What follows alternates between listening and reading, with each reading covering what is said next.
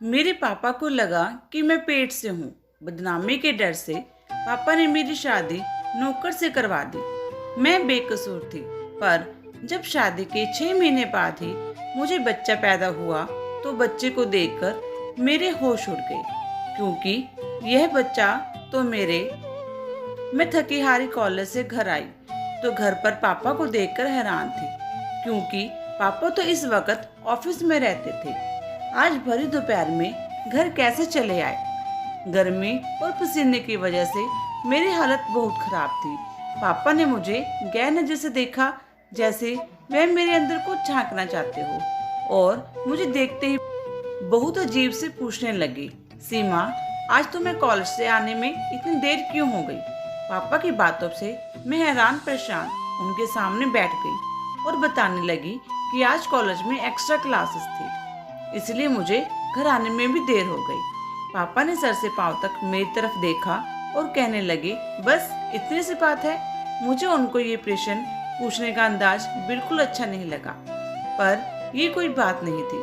काफी सालों से मैं उनके इस रवैये से परेशान थी। पापा को मेरी बातों पर बहुत कम ही यकीन होता था। वह इस तरह सवाल करते जैसे मैं उनसे कुछ छुपा रही हूँ। मैंने कहा, हाँ पापा, बस इतनी सी बात थी। आखिर क्या बात हो सकती है? ड्राइवर मेरे साथ होता है, आप चाहे तो उससे भी पूछ सकते हैं। मुझे कॉलेज में ले जाने और आने वाले ड्राइवर 24 से 25 साल का जवान लड़का था। उसका नाम पवन था, लेकिन पापा को उस वक्त बहुत ज्यादा भरोसा था। इससे पहले उसका बाप हमारी नौकरी करता था।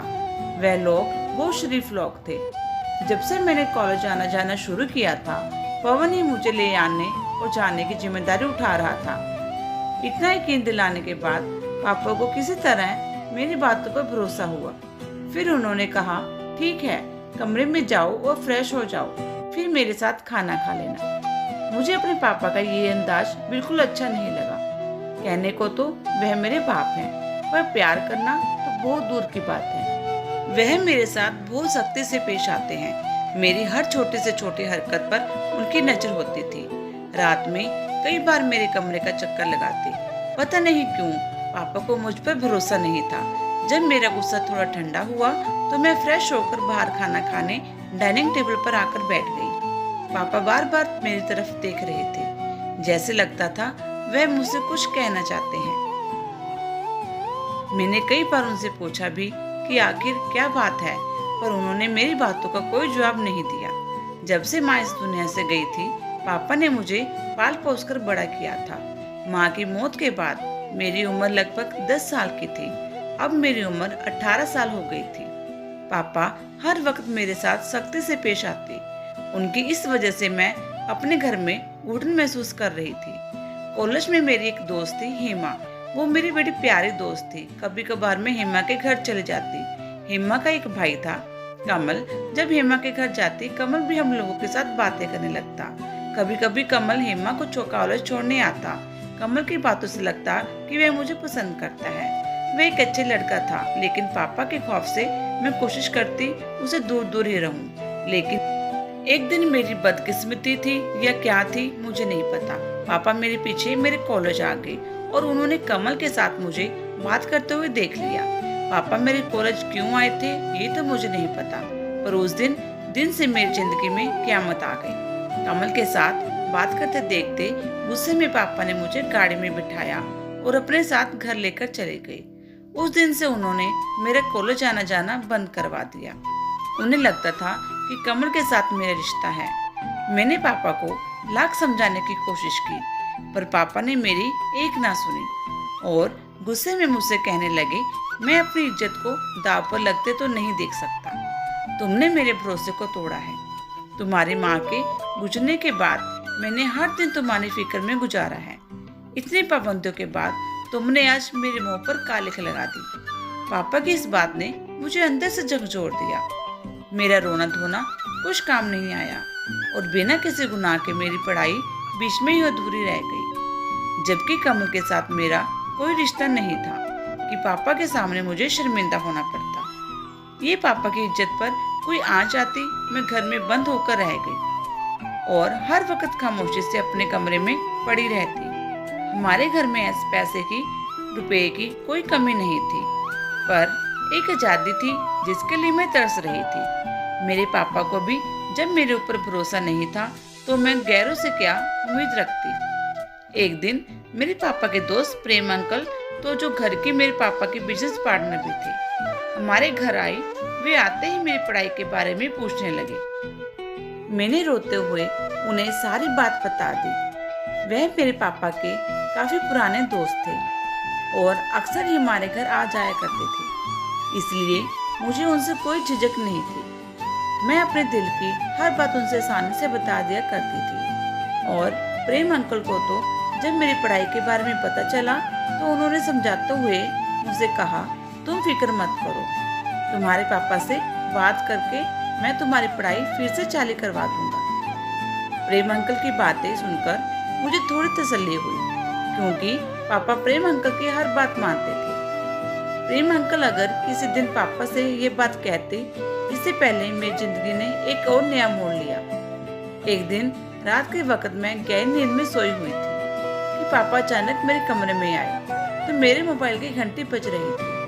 पापा ने मेरे मोबाइल को उठाया तो फोन पर कमल था। उसने मुझसे यह पूछताछ के लिए फोन किया था। उसे पता चला है कि उसकी वजह से मेरी पढ़ाई बंद करवा दी गई है। ये बात मेरी सहेली हिमा से उसे अभी अभी पता चली है, तो उसे बुरा लगा और उसने फौरन फोन कर लिया। लेकिन पापा ने उस फोन का भी गलत मतलब निकाल दिया। उन्हें लगा था कि मेरा कमल के साथ वाकई में कोई गहरा रिश्ता है। उस रात से पापा ने मेरा फोन मेरे हाथ से छीन लिया और मुझे कमरे से बाहर निकले तक मना कर दिया। ये सब होने के बाद मैं सारा वक्त कमरे में बंद रहती। कभी कभार प्रेम अंकल आते तो मुझसे मेरे कमरे में मिलने चलने आते। वह मुझे समझाते हुए कहते हैं, बस कुछ दिन इंतजार करो, मैं तुम्हारे पापा को तुम्हारी पढ़ाई के लिए मना लूंगा। अब इन सब बातों को 2 दिन भी नहीं गुजरे थे कि एक दिन पापा मेरे कमरे में आए और मुझसे कहने लगे, आज के बाद तुम मेरे कमरे में सोया करोगी। मैं जवान लड़की थी, वह मेरे लिए पापा के साथ सोना बहुत शर्म की बात थी। मैंने पापा से कहा, मैं अपने ही कमरे में ठीक हूँ। मेरी बात सुनकर पापा ने मुझसे गुस्से में कहा, क्यों, रात के वक्त कमरे में तुमसे मिलने कौन आता है। पापा की इस तरह की बातें सुनकर मेरी आंखों में आंसू आ गए और मैंने रोते हुए उनसे कहा, एक बार तो अपनी बेटी पर यकीन करें। पापा ने कहा, जितना भरोसा करना था मैंने कर लिया, पर आज के बाद तुम मेरे कमरे में ही सोया करोगी। उस दिन के बाद से पापा ने अपने कमरे में मुझे सुलाना शुरू कर दिया। पापा के कमरे में सोते समय मैं सारी रात जागकर गुजार देती, क्योंकि पापा के कमरे में सोना मुझे अच्छा नहीं लगता था। सारी रात जागरण की वजह से जब मैं अपने कमरे में जाती तो सारा दिन सोते हुए गुजारती। अभी इन सब वाक़े को 3 महीने गुजरे थे कि अचानक मेरी तबीयत खराब होने लगी। ऐसा लगता था कि मेरा सर भारी हो रहा है और मुझे चक्कर आ रहे हैं। पापा ने जैसे ही मेरी बिगड़ती तबीयत को देखा तो उन्हें यकीन हो गया कि मैं प्रेग्नेंट हूँ। मेरी ये हालत देखकर पापा ने गुस्से में मुझसे कहा, देखा, तुम्हारे गलत काम का नतीजा हमारे सामने आ गया। जिस बात का हमें डर था वही हुआ। तुम उस लड़के से फोन पर बात ही नहीं करती थी, बल्कि हमारे खानदान की इज्जत मिट्टी में मिला दी। अब हम कहीं मुंह दिखाने के काबिल नहीं बचे। पापा की ये बातें सुनकर मेरे सर पर आसमान गिर गया। पापा बदनामी के डर से ना तो मुझे अस्पताल ले जाना चाहते थे और ना ही मेरे किसी भी बात पर यकीन करते। ये सब होने के बाद पापा ने तुरंत फोन कर प्रेम अंकल को घर बुला लिया और उन्हें भी ये खबर इस तरह सुनाई कि मैं शर्म के मारे जमीन में धंस गई। प्रेम अंकल की भी ये खबर सुनकर परेशान हो गए और उन्होंने मेरी तरफ देखते कहा, सीमा, पहले मुझे लगता था कि तुम्हारे बाप को गलतफहमी है, पर तुमने तो उनकी इज्जत मिट्टी में मिलाकर रख दी। एक बार भी अपने बाप के बारे में नहीं सोचा। प्रेम अंकल ने मेरे बाप को मशवरा दिया कि अगर तुम्हें लगता है कि तुम्हारी बेटी ने वाकई में गलत काम किया है तो तुम रात रात में इसकी शादी करवा दो, ताकि इस बच्चे को पिता का नाम मिल जाए और ये बात ढकी छुपी ही रह जाए और तुम बदनामी के डर से बच जाओ। मुझे प्रेम अंकल से इस तरह की उम्मीद नहीं थी। मुझे लगता था कि शायद वह मेरी बातों को समझेंगे। पापा और प्रेम अंकल अब ये सब बातें कर ही रहे थे, तब पवन दोनों के लिए चाय बनाकर ले आया। पवन के सामने देखते ही पापा ने अचानक पूछ लिया कि क्या तुम सीमा से शादी करोगे? पापा की बात सुनकर मैं सदमे में आ गई कि पापा कैसे मेरी शादी एक नौकर से करवा सकते थे, जबकि मैंने कोई गुनाह भी नहीं किया था और न ही मैं प्रेग्नेंट हूँ। पवन मेरी तरफ देखकर हकलाते हुए बोला, साहब आप ये कैसी बातें कर रहे हैं? मैं सीमा मेम साहब से शादी कैसे कर सकता हूँ? पापा ने पवन को समझाते हुए कहा कि अगर वह मुझसे शादी करेगा तो उसकी पूरी जिंदगी बदल देंगे, बल्कि उसके माँ बाप की भी सारी जरूरतें पूरी करवा देंगे। पापा के इतना समझाने के बाद पवन मुझसे शादी करने के लिए तैयार हो गया और अगले 1-2 दिनों में मेरी शादी पवन से करवा दी गई। मैं चाहकर भी इस शादी को मना नहीं कर पाई और ना चाहते हुए भी पवन से शादी कर ली। पापा ने पवन को गिफ्ट में एक फ्लैट दिया। शादी होने के बाद पवन मुझे उसी फ्लैट में लेकर आया। पवन को मैंने अपना पति होने का हक नहीं दिया था। मैं और पवन अलग अलग कमरे में रहते थे। मैं उसे जरूरत की बात करती और अपने कमरे में बंद हो जाती। पवन को मुझसे कोई शिकायत नहीं थी। वो हर वक्त मुझे खुश रखने की कोशिश में लगा रहता। हमारी शादी को 2 महीने गुजरे कि धीरे धीरे करके मेरी तबीयत खराब होने लगी और मेरा पेट बताने लगा कि मैं पेट से हूँ। लेकिन मुझे अभी यकीन नहीं था कि मैं प्रेग्नेंट हूँ, क्योंकि मेरी नज़र में तो मैंने कुछ गलत काम किया ही नहीं था, तो मैं प्रेग्नेंट कैसे हो जाऊंगी। लेकर जब डॉक्टर के दिखाया गया तो पता चला कि मैं 5 महीने से प्रेग्नेंट हूँ। ये सब सुनकर मैं सुन रह गई, क्योंकि जब मैंने कुछ किया ही नहीं था तो आखिर बच्चा मेरे पेट में कैसे आया। घर आने के बाद पवन अब पहले से ज्यादा मेरा ख्याल रखने लगा। पवन मुझे हर वक्त खुश रखने की कोशिश करता। उसका इस तरह प्यार देखकर शायद धीरे धीरे मुझे भी उससे प्यार हो गया था, क्योंकि पहली बार मैंने अपनी जिंदगी में ऐसे शख्स को देखा था जो मेरी हर बात मानता और बिना किसी स्वार्थ मेरे आगे पीछे लगा रहता।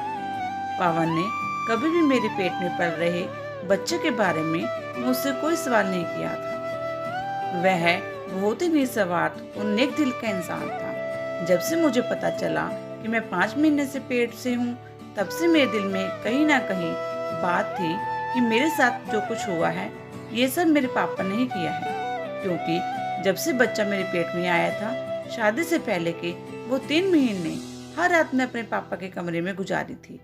मेरे दिन कुछ इसी सोच विचार के साथ गुजर रहे थे कि कुछ दिन बाद मेरा 9वां महीना पूरा हुआ और मेरे पेट में दर्द होने लगा। मुझे जल्दी से हॉस्पिटल ले जाया गया। हॉस्पिटल जाने के बाद पता चला कि डिलीवरी का वक्त आ गया है। कुछ वक्त के इंतजार के बाद मैंने एक बेटे को जन्म दिया। डॉक्टर ने बच्चा दिखाने की कोशिश की तो मैंने मुंह फेर लिया। मैं उस बच्चे को देखना भी नहीं चाहती थी, जिसकी वजह से मेरी पूरी जिंदगी बर्बाद हो गई थी। पावन ने जब देखा कि मैं उस बच्चे से नफरत करती हूँ तो उसने उस बच्चे को प्यार से गोद में ले लिया और बच्चे का ख्याल रखने लगा। हॉस्पिटल से छुट्टी के बाद हम घर आ गए। पवन दिलो जान से मेरी और मेरे बच्चे को ख्याल रख रहा था। उसका ये अंदाज देखकर मैंने बड़ी हैरत से पूछा, पवन कैसे तुम एक नाजायज बच्चे को इतने प्यार से अपना सकते हो, जबकि तुम इस बात से पूरी तरह वाकिफ हो कि ये बच्चा तुम्हारा नहीं है। मेरी बात सुनकर वो कुछ देर के लिए खामोश हो गया। वह फिर कहने लगा, सीमा मैं आपसे बहुत प्यार करता हूँ। आपसे जुड़ी हर चीज़ मुझे बहुत प्यारी है। ये बच्चा आपने पैदा किया है, इससे मुझे उतना ही प्यार है जितना कि आपसे। उसके मुंह से अपने प्यार का इजहार सुनकर मैं दंग रह गई। बच्चे को पैदा हुआ 1 महीना होने वाला था, लेकिन अब तक मैंने बच्चे को गोद में नहीं उठाया। पवन ये बच्चे का दिन रात ख्याल रखता। मैं अपने कमरे में बंद होकर अपने बदनसीबी पर आंसू बहाती रहती। मैं उस बच्चे को हाथ में लगाना नहीं चाहती थी। एक दिन मैं अपने कमरे में बैठी रो रही थी कि पवन मेरे पास आया और मुझसे कहने लगा, सीमा जी मुझसे आपका ये दुख देखा नहीं जा रहा। क्या आपको जानना है कि बच्चा किसका है?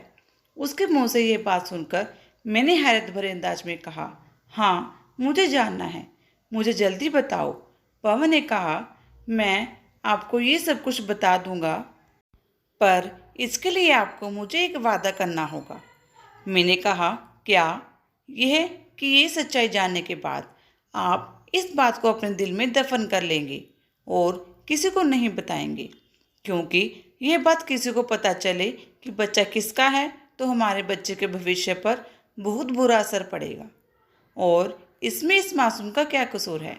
मुझे किसी भी हालत में सच्चाई जाननी थी, इसलिए मैंने पवन से वादा किया, ठीक है, जैसा तुम कहते हो वैसा ही करूँगी। पर पवन के मुंह से सच्चाई जानने के बाद मेरे पैरों तले जमीन खिसक गई, क्योंकि इस बच्चे का बाप वह इंसान था जिस पर मैं खुद से भी ज़्यादा भरोसा करती थी। मेरे बच्चे के पिता प्रेम अंकल थे और प्रेम अंकल ये सब मेरे पापा की प्रॉपर्टी बनाने के लिए किए थे। प्रेम अंकल शुरू से ही मेरे पापा के मेरे खिलाफ भड़काते थे, इसलिए मेरे पापा मेरे ऊपर भरोसा नहीं करते थे। पवन ने बताया कि प्रेम अंकल घर पर आए थे। उस समय पवन के सिवा घर पर कोई नहीं था। उस दिन मेरे सर में बहुत तेज दर्द था और मैंने पवन को चाय बनाने को कहा था। तभी अचानक प्रेम अंकल आए और पवन को किचन में चाय बनाते हुए देखकर पवन से पूछने लगे कि किसके लिए चाय बना रहे हो।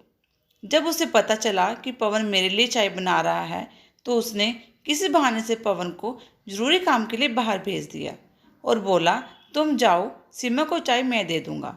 पवन ने पूरी बात बताई तो मुझे याद आया कि एक दिन प्रेम अंकल चाय लेकर आए थे। मुझे क्या पता था कि पिता समान होने के बावजूद वह मेरे साथ ऐसा करेंगे। मैंने बेझिझक उसके हाथ से चाय पी ली और चाय पीते ही मुझे नींद आ गई। नींद नहीं बल्कि मैं बेहोश हो गई थी। पवन ने बताया कि उसे पता नहीं क्यों कुछ अनहोनी का अंदेशा हो गया था, इसलिए काम निपटाकर घर जल्दी आया, पर जब तक मैं आया तब तक प्रेम काम कर चुका था और आपके कमरे से निकलते हुए अपने शर्ट के बटन बंद करता हुआ अपने घर चला गया। तब से मैं प्रेम अंकल और उसके पापा की बातों पर ध्यान देने लगा। ज़्यादातर प्रेम आपके बारे में आपके पापा को भड़काता था। मैं चाहता तो ये सारी बातें आपसे और आपके पापा से बता सकता था, लेकिन मुझे पता था कि मुझ जैसे नौकर की बातों पर कौन सा भरोसा करेगा। और आपके साथ जब आपके पापा सख्ती से पेश आए तो मुझे बहुत बुरा लगता। सीमा जी, भले ही मैं आपके घर का नौकर या ड्राइवर था, पर आपके साथ ऐसा होता है देख मेरा दिल बहुत तड़प उठता। बल्कि यूँ कहें कि आपकी परेशानी देखकर शायद मुझे आपसे प्यार हो गया था।